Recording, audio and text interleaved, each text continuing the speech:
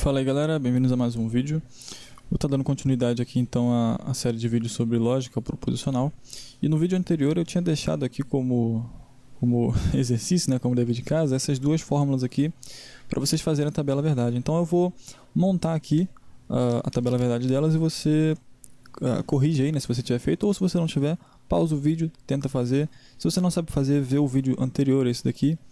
E é isso aí, vamos lá. Bom, então nesse primeiro caso aqui a gente tem uma coisa bem simples, a gente tem apenas uma fórmula atômica, certo? Fazendo uma fórmula molecular. E a gente tem aqui essa implicação.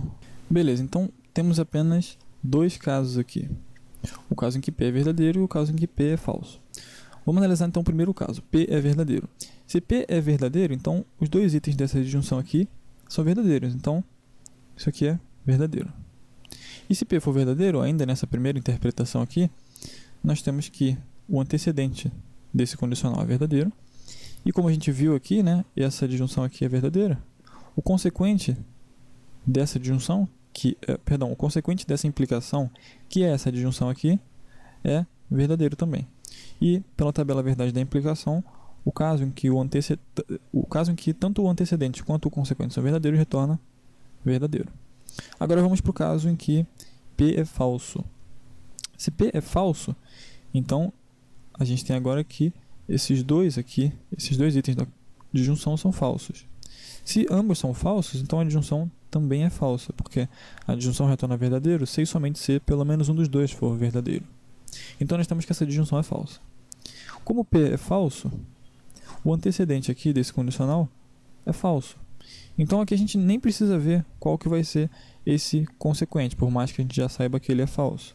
Mas o valor de verdade dele não importa.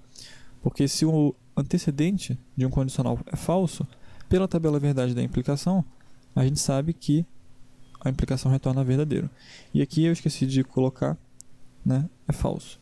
Mas a gente vê então que nessa parte aqui, a tabela verdade dessa fórmula retorna verdadeiro nos dois casos. Beleza? E agora vamos fazer a tabela verdade dessa segunda fórmula aqui. Bom, nessa tabela verdade aqui nós temos então duas fórmulas simples, Q e R. Aqui a gente já sabe como que funciona.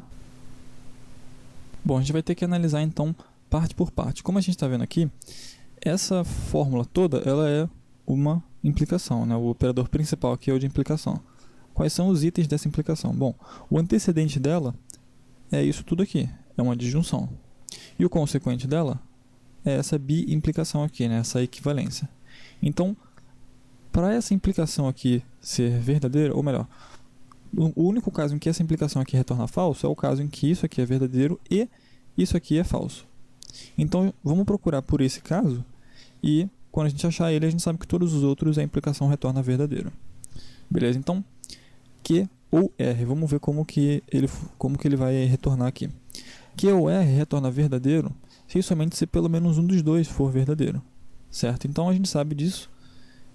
No caso em que ambos são falsos, essa disjunção retorna falso. E em todos os outros casos retorna verdadeiro. E no caso aqui da bi-implicação, a gente sabe que a bi-implicação ela retorna verdadeiro se os valores de verdade forem os mesmos, ou seja, se essas sentenças aqui forem equivalentes, no sentido de o valor de verdade ser equivalente. Então, nos casos em que Q e R tiverem o mesmo valor de verdade, isso aqui retorna verdadeiro e falso caso contrário.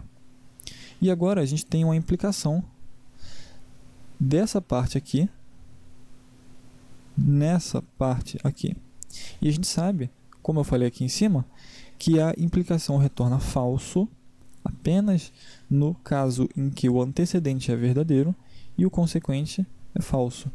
O antecedente é esse aqui, A de antecedente, e o consequente é esse aqui. Então vamos procurar os casos em que o antecedente é verdadeiro e o consequente é falso. No caso, são os casos 2 e 3. Nesses casos aqui a gente tem que o antecedente é verdadeiro e o consequente é falso.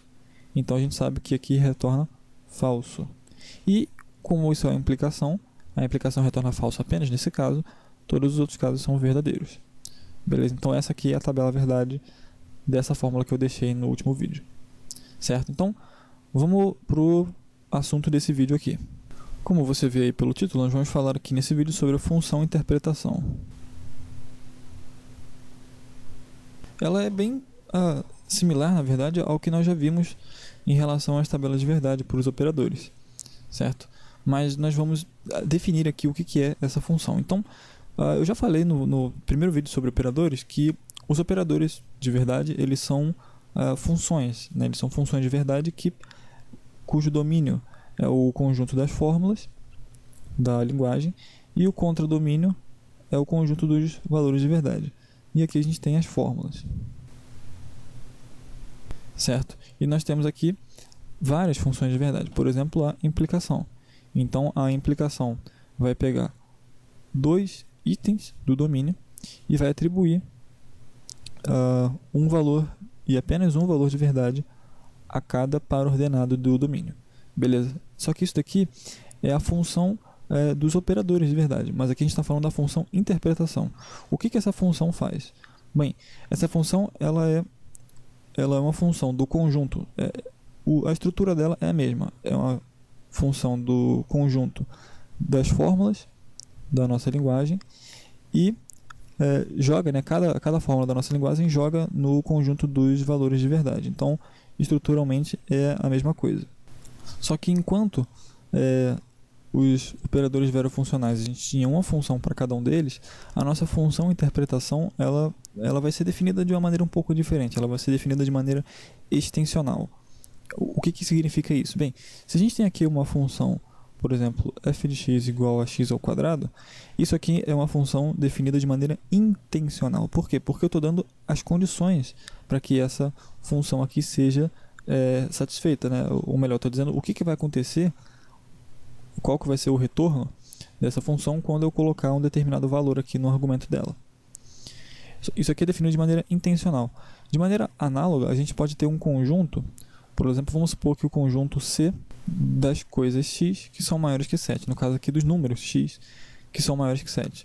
Então, esse conjunto C aqui, se a gente disser aqui, por exemplo, que x pertence aos naturais, a gente vai ter então que esse conjunto é esse aqui,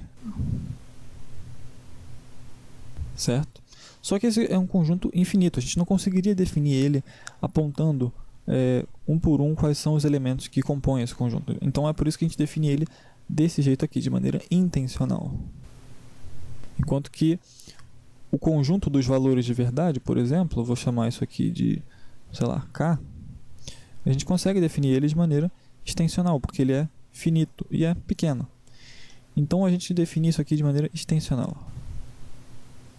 certo? Só que isso aqui a gente está falando de conjuntos. É mais uma analogia que eu estou fazendo porque com funções isso também acontece. Eu posso fazer uma função, por exemplo, f de x é igual a 9 se somente cx igual a 4. Isso quer dizer que quando a gente coloca 4 aqui no valor do x, a função nos retorna 9. E ela não retorna nada mais se a gente colocar alguma coisa diferente de 4. Então, se a gente fosse fazer um gráfico aqui, por exemplo, o x aqui é esse, e o f de x seria esse aqui. E o f de x retorna 9 quando a gente coloca 4. Então, a nossa função seria um único ponto, certo? Porque a gente não tem cláusulas aqui que dizem o que vai retornar se alguma coisa diferente de 9, diferente de 4 for colocado aqui. Então isso aqui é uma função definida de maneira intencional. É uma função bem simples, na verdade, mas eu só estou dizendo isso para dizer que isso existe. Geralmente isso não é passado, né, no colégio, a gente não aprende isso, mas isso existe. E isso vai ser importante porque a nossa função interpretação vai ser definida de maneira intencional, como eu vou mostrar agora. Temos aqui então que a função interpretação é uma função cujo domínio é o conjunto das fórmulas, as fórmulas bem formadas da nossa linguagem, e cujo contradomínio é o conjunto dos valores de verdade. E agora a gente vai dizer aqui, determinar as cláusulas que determinam como que essa função vai funcionar. Certo? Então, essa daqui é a definição da nossa função interpretação.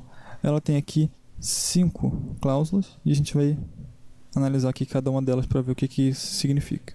Bom, então no primeiro caso aqui a gente está vendo que a nossa função interpretação, que é esse i aqui, né, nas funções a gente tem que f de x é igual ao resultado, né? No caso aqui o f de x, o f seria o i o x, né, que é o valor que vai ser colocado aqui como parâmetro, é uma fórmula e o resultado é um valor de verdade, certo? Então aqui o resultado que a gente tem quando a gente aplica a função interpretação à negação vai ser verdadeiro se e somente se a aplicação da função interpretação na fórmula que foi negada for falso.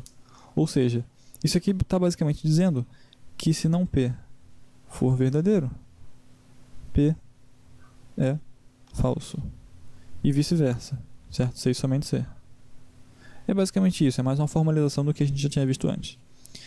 Então, na segunda cláusula que a gente tem que P ou Q vai retornar verdadeiro se e somente se P for verdadeiro ou Q for verdadeiro, né? Se a interpretação do Q retornar verdadeiro ou se a interpretação do Q retornar verdadeiro. Então, basicamente a gente faz uma conversão aqui desse operador em uma expressão da metalinguagem, no caso aqui da língua portuguesa, ou a mesma coisa com a conjunção. A função interpretação, quando ela avaliar uma conjunção, essa conjunção ela vai retornar verdadeira se e somente se ambos os itens da conjunção, no caso P e Q, se ambos forem avaliados como verdadeiro também pela função interpretação. Aqui na implicação a gente tem aqui uma coisa que é um pouquinho diferente, apesar de a gente já ter visto isso antes. A gente tem que a função interpretação vai atribuir o verdadeiro a uma implicação se somente se o antecedente for falso ou o consequente for verdadeiro.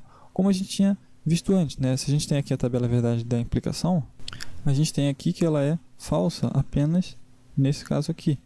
No caso em que o antecedente é verdadeiro e o consequente é falso. E em todos os outros ela é verdadeira. Então, nos casos em que o antecedente é falso, que são esses aqui, a gente vê que ela retorna verdadeiro. Certo?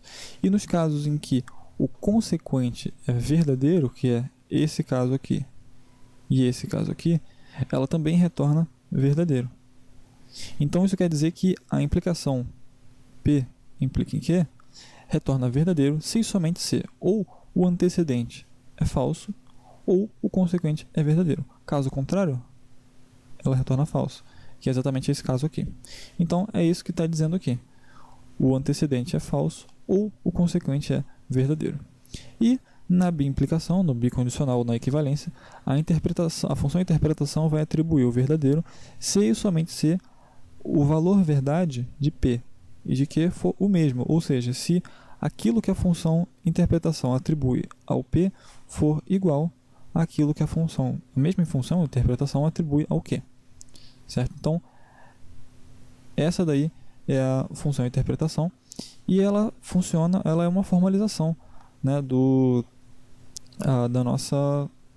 daquilo que a gente tinha visto antes, né, em relação à tabela de verdade. E é assim que a gente define a verdade na lógica proposicional. A gente vai ver que, na verdade, na lógica de primeira ordem, isso também funciona, né, de segunda ordem também, mas as cláusulas depois vão ser um pouco diferentes, né, porque vai entrar quantificação e tudo mais. Mas essa daqui é a definição de verdade. Na verdade, a definição de verdade é essa daqui. Uma fórmula φ é verdadeira se somente se a interpretação de φ retorna verdadeiro. Só que, olha só, a gente viu aqui em cima que essa aqui é a definição da nossa função interpretação, certo? Mas eu poderia inventar uma função interpretação, por exemplo, i asterisco, que ela seja igualzinha a essa daqui de cima, só que ela seja diferente no caso, por exemplo, da conjunção.